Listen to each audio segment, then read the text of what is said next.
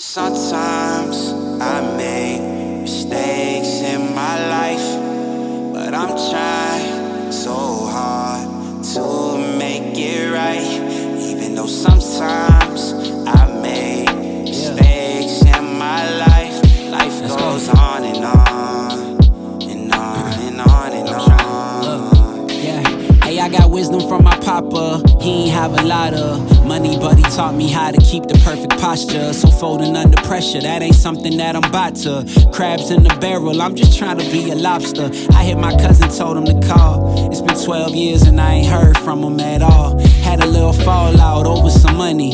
Damn, ain't it funny how the smartest people be beefing like they some dummies? But I hope you doing swell now. Hope your family well now. We still believe in Ronnie gon' make his way out of jail now. My little bro tripping too, but this time he ain't making bail now. 18 doing 20, that math straight out of hell now. Sorry for all the small talk. It's the only weapon I got for this depression I got. Trying to find a way to get back all these blessings I blocked. Gotta help my mama cause she still been stressing a lot. It's hard to find the sunshine when it gets cloudy.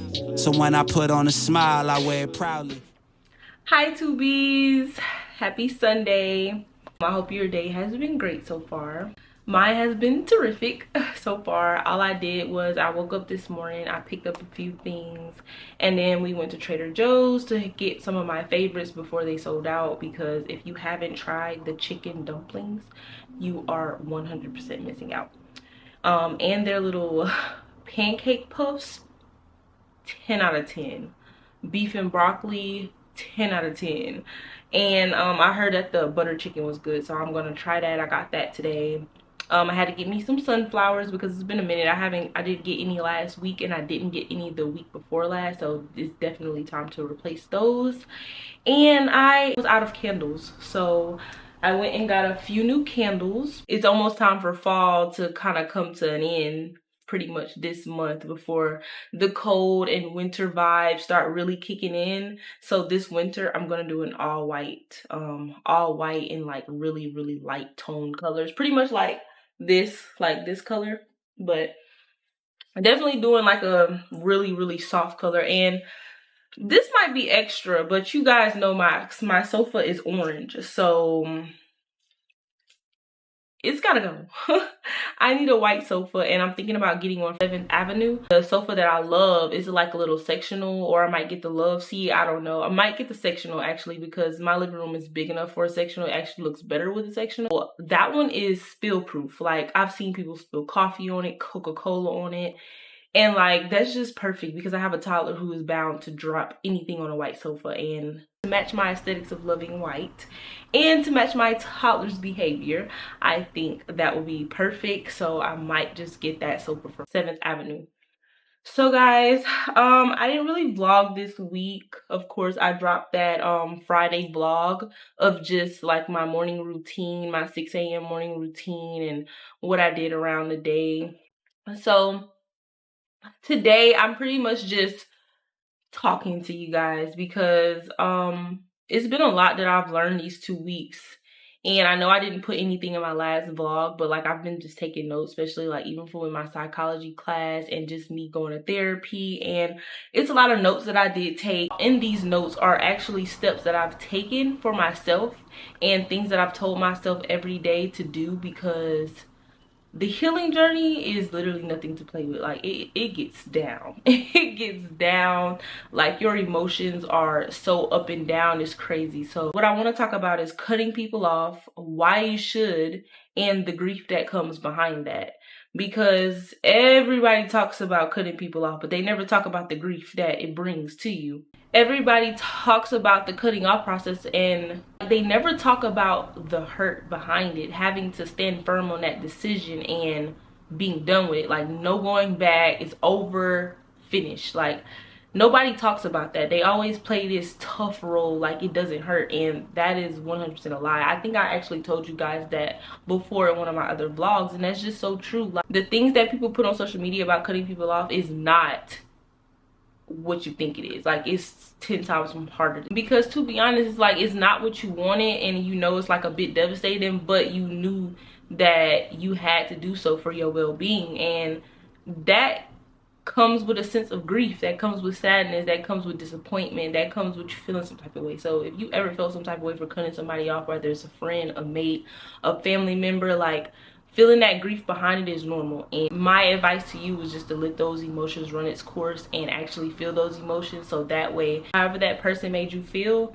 you won't want to feel that again. It's almost like going through a heartbreak, feeling that heartbreak, and you don't want another heartbreak. You know what to look for in a person, you know what not to look for in a person. But I'm a very understanding person, and I see the good in everybody. But what I've had to tell myself lately is that just because you understand a person's behavior and why they are what they are doesn't mean you have to tolerate it or accept it. This last situation with one of my friends setting me up and sending her boyfriend to my door to assault me really like opened my eyes. Not only did it open my eyes, it really gave me like another type of heartbreak, something that I never thought I would experience, because I'm a very careful person. Although I'm like a social butterfly and I'm really nice, and you know, I'll talk to anybody, like actually letting somebody close to you just for them to come and hurt you physically and mentally is something that I never thought that I would have to go through again, especially not with a friend. Like, I've been through that with a mate, but not a friend. So trust me when I say that was definitely an eye-opening experience. Like, even after it all happened, I tried to like tell myself, like, you know, I've been knowing the boyfriend for about 2-3 years now, and you know, I just try to tell myself, like, he's just mentally ill, he's going through an episode, like, he's having a bad day, and I know he's gonna be sorry for his actions. And honestly, that was the stupidest thing I could have ever thought of. Like, girl, this boy didn't spit in your face, he didn't hit you across your face, and he didn't pull a gun on you and your 2-year-old and your man. So I'm just trying to figure out, why are you trying to give this man grace when he doesn't deserve it? And that's what comes with me having a big heart. Like, I honestly sometimes hate my big heart, because why am I thinking like that? That was like so stupid of me. Like, why are you trying to still pull the good out of somebody when obviously ain't no good there? Like, girl, get yourself together. Stop thinking like that. Because everybody is not a good person. No matter how much you want them to be a good person, they're just not a good person. And you just gotta accept that. You don't have to accept that person's actions. If they're mentally ill, if they're hurting you physically and mentally, emotionally, whatever, like, you don't have to put up with that. Accept it, move on. You do not have to keep trying to look for the good in people, because like I said, sometimes it's just not there. As much as you want it to be, it's just not there. But like, although it still stings to this day, like, I'll never cast an apology for something that I didn't do. Like, honestly, people be wanting you to take accountability for your actions, but if you never committed those actions, what are you taking accountability for? Like, I will never cast an apology for something that I didn't do. What a person is not going to do to me anymore is put words into my mouth or put actions into my hands. Like, I'm not going there. I'm not going for that anymore. Like, people have done that my whole life, and it has made me think like, dang, did I do this? Did I do that? And I didn't. Just like narcissists will really make you feel like you're the bad person, and you're not. And I've been through the narcissist situation twice now. I've been through it with a mate, and now I'm going through it with a friend. Well, I keep calling this girl my friend, and she's not my friend, but ex-friend. So, and like, you know, to be transparent, I still feel played about the whole situation, because in a sense, I do feel like it's my fault. I felt like I should have saw the signs early and protected my family, especially my child. But, you know, just me being human, I didn't see those signs, or I really just ignored those signs, because once again, trying to find the good in people that's not there. But, you know, I felt played about the situation, but to be honest, they should feel played, because they lost a really good friend. They lost a really good supporter. They lost a really good person who actually loved and cared for them. So I have accepted that part of my healing journey. Like, it's over. You lost me. I didn't lose you. You know, like, I know I'm a good person. I know I'm a good friend. I know I'm a good supporter. And I know at the end of the day, I would love to see everybody win. So I'm here to support it. As long as you're doing it on your own, and you're coming up off of your own ideas, and you're coming up off of your own creativity, then I support it 100%. Everybody needs to eat. It's enough money out here for everybody. It's enough success out here for everybody. But like, this year has certainly been an experience for me. And as I still go through this healing journey, I just want to say, girlies and guys who are really going through this healing journey, like really, really go through it. 100% authentically go through it. Because if you don't, and you think that you're okay, when deep inside this tiny little feeling that you may seem like you're not okay, do not stop your healing journey. Continue to heal, continue to take it serious, continue to educate yourself on how you're feeling, continue to educate yourself on what you may be going through. Like, take it serious, because some people out here will say that they're healed, and deep down they're not healed on the inside. They're only healed on the outside, just so others can look at them a certain way. And that's not the kind of healed that you want to be, I promise you don't. But like, going through this experience has really taught me why it's so important to cultivate your circle. Like, why it's so important to really, really, really have good people in your circle, especially when you're a mom.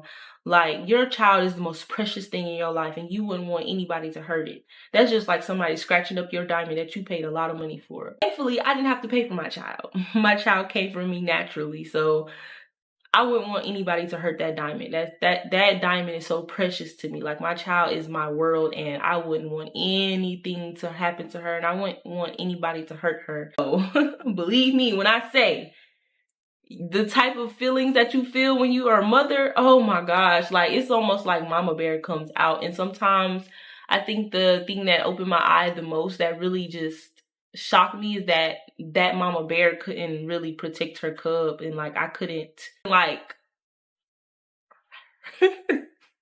I couldn't get revenge back the way I wanted to get revenge back. So, you know, it's just a part of growing, it's a part of maturing, it's a part of seeing the light at the end of the tunnel. Because I promise, at the end of that tunnel, it's going to be so much sunshine, and you're going to be so thankful that you went through that healing journey. Although, like, that situation changed how I feel about friends and everything, like, I'm still a social butterfly who loves everyone, and I have to tell myself, like, it's okay to socialize and it's okay to talk to people, but you have to put those people in a category. Like, they could be your friend, they could be your colleague, they could be just your family member. Like, they don't have to be your favorite, they don't have to be your best friend, they don't have to be, oh, this is my bestie. Like, they don't have to be any of those things. Since I am a social butterfly who loves everyone, it's okay to socialize and have fun with people, but that does not mean you have to let them inside your circle. You have to cultivate your circle very, very much. Like, you have to literally look at the small things and be like, are those people worth being in my circle? Are those people going to come in and interrupt the peace that I have set here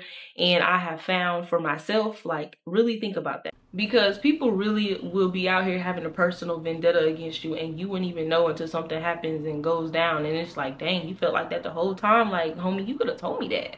Like, communicate. We're adults. Communicate with me.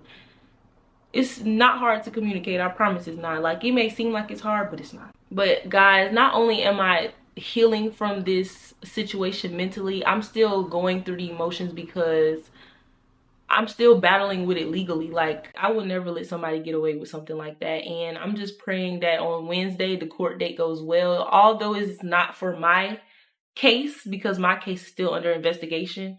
But I just pray that this guy gets the most time, and I hope he's taken away from his family and has a chance to literally sit there, four walls, stare at it, and think about all the hurt that he has caused people. Because I'm not the only person he has caused harm to.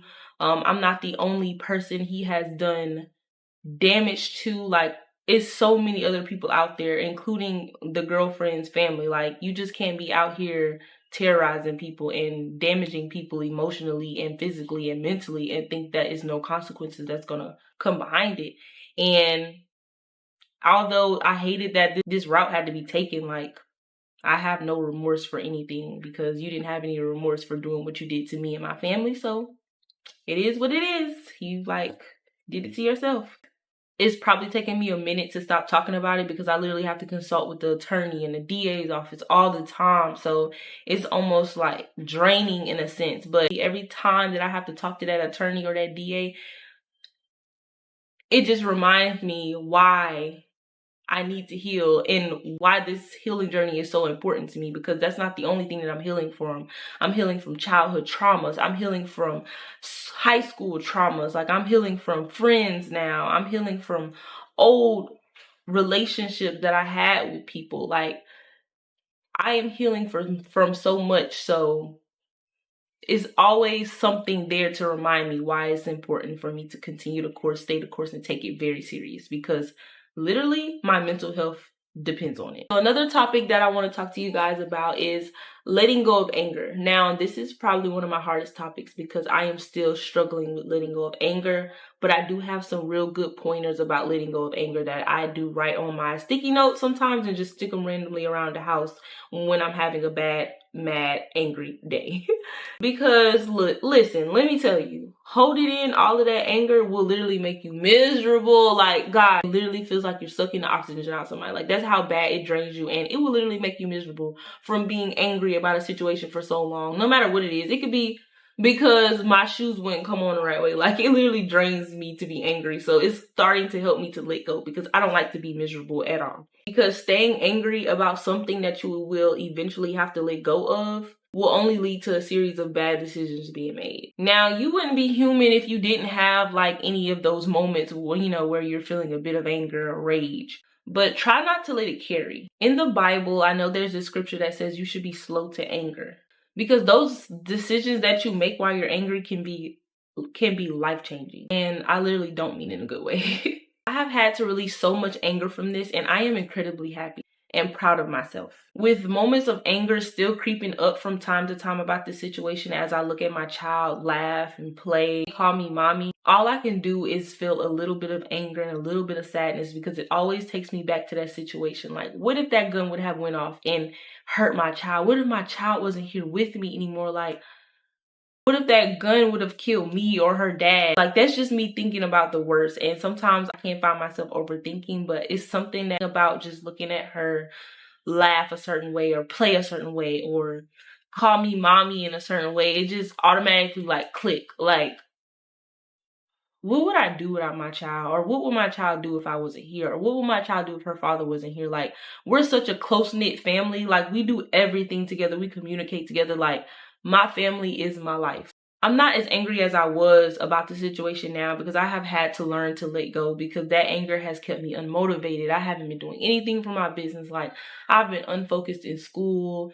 Like, I haven't been the comfortable type of focus. Like, I've been an uncomfortable type of focus, doing my homework late, the day that is due, not getting ahead of the game like I used to. Like, it literally has made me miserable. And like, the anger wasn't even really stemming from him, because even though he was the assaulter and he was the one who did physical damage, honestly, I think most of the anger is stemming from his girlfriend, because I called her my friend, and that's what makes me feel played in a sense. Mommy duties called. Mommy duties never stop. Literally, they never stop. But honestly, like, the reason why the anger stems from her is because, like, I can't believe that this girl set me up. Somebody that I call my sister, somebody I call my friend, somebody that I introduced to my entire family for 2 years straight.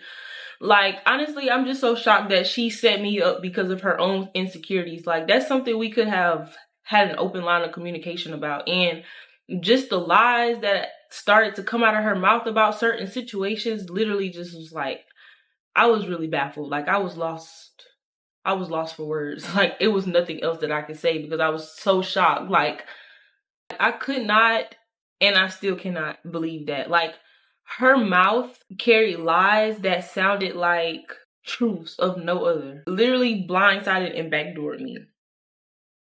Enough of talking about that.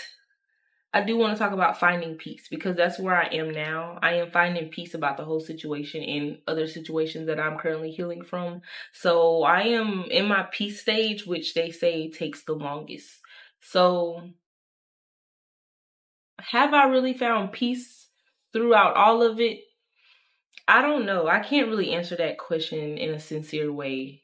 So I'm going to save that for another time. But understand this, peace is always within you. Peace never leaves. It may get away from you, but it never leaves. And it's just looking for you to find your way back to it. Like, it's literally instilled in you. It's crazy how when we enter a certain point in our life or go through a certain situation, how our peace like slowly starts to creep away from us.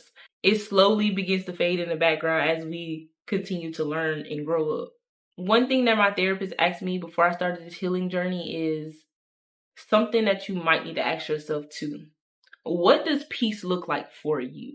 And I had to ask myself this so many times, like, what can I put my peace in reference to? And honestly, I've told myself that peace feels like I'm reading a romantic book alongside the beach at sunset, and the temperature is perfect outside. It's not too hot, it's not too cold, it's comfortable. After having my child, anxiety used to literally taunt me. Like, I had bad anxiety before, but it got even worse after I had my child, because then postpartum anxiety and depression hit me like a freaking train. I would overthink things. I would get nervous around people. I would freak out about this or that. I would freak out about, why is this person looking at me this way? Like, am I ugly? Am I doing something wrong? Like, just the anxiety of postpartum is crazy. I've never had that type of anxiety before I had my child. Like, I was trying to be Little Miss Perfect, trying to make sure this looks right, this looks right. Like, I still have that type of anxiety, like, kind of like OCD in a sense. But, like, anything that anxiety forces you to do was literally what was going on with me. But right now, I am starting to learn that peace and anxiety can coexist. Two truths can coexist, for example. Like, when you realize that multiple things can coexist into one, like, you will feel peace starting to slowly make its way back in. Honestly, it may make its way back in faster than it left. Like, things become limitless for you. Like, just reach for the sky, because two things coexisting that you never thought can coexist really is a game changer. It's a life changer. It's a mental thought changer.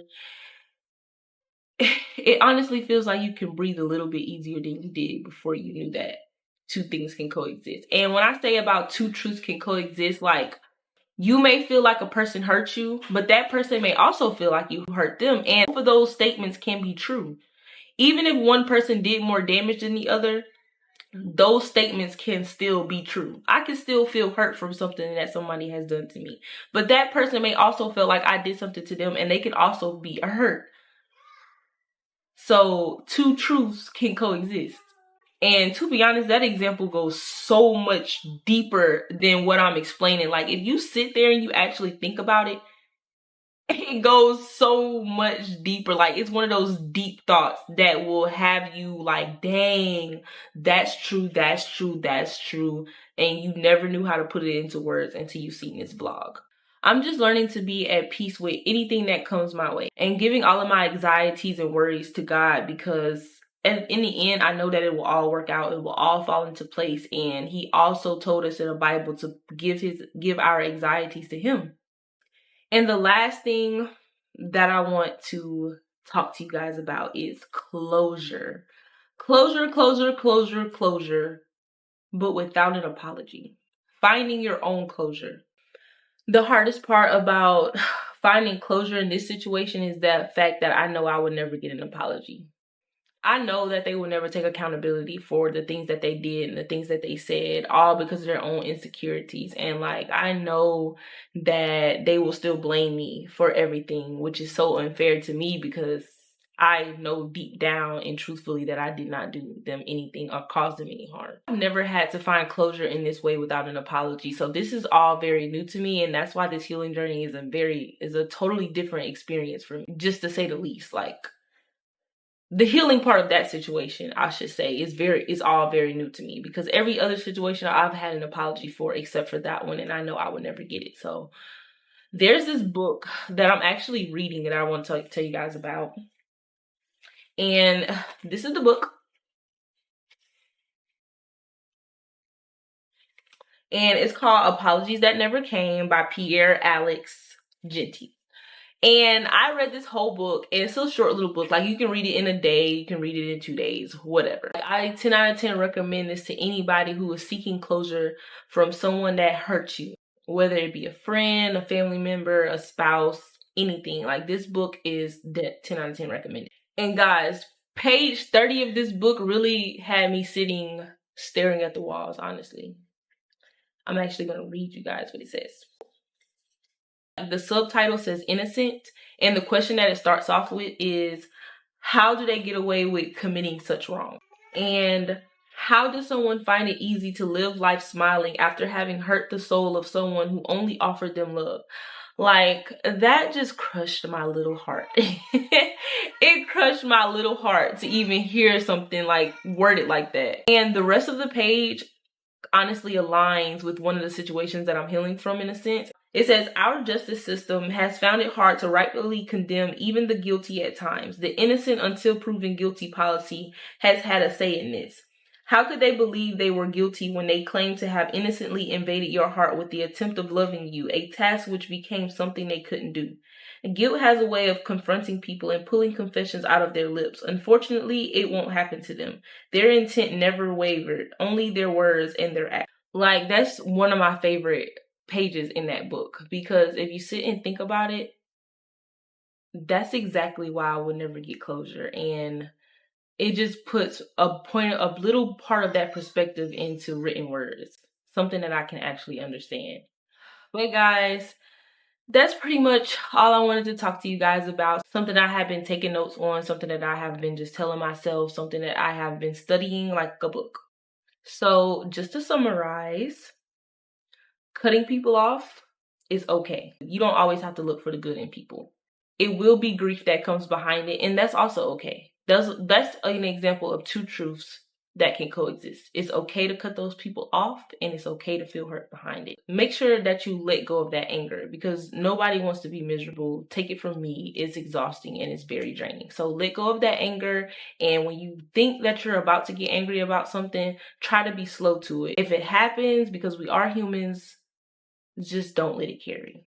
Make sure that you find that peace, and make sure that you ask yourself, what does peace look like to you before you even start this entire healing journey or finding peace journey? Like, ask yourself that question and really think about it. Really think about what peace looks like to you. Because like I said, peace to me is literally reading a romantic book on side of the beach at sunset with the perfect weather. It's not too hot, it's not too cold. Like, that's peace to me. That's what peace looks like for me. And lastly, closure. Make sure you find that closure that you deserve, because everybody deserves closure, even if you don't get one in the form of an apology. Find something that's going to help you find closure into any situation that you may be going through, because closure is going to be the key of it all. If you don't have closure, you're not going to find peace. Everybody may say that you don't need closure to move on from situations, but you do need some type of closure. It's just like starting a book and not finishing it. And if you are a book lover like me, then you're going to want to finish that book, because you're going to be anxious to see what the next chapter holds. And without that closure, without finishing that book, you will never know what your next chapter in life is going to hold, because you're still reminiscing about that situation that you never found closure from. So make sure you find that closure. Make sure you grab this book. It's on Amazon, or you can get it from Barnes & Noble. Either one works. But guys, that's pretty much going to end my weekly vlog. Don't forget to like this video, subscribe, comment with any thoughts that you may have. I am such a warming and open person.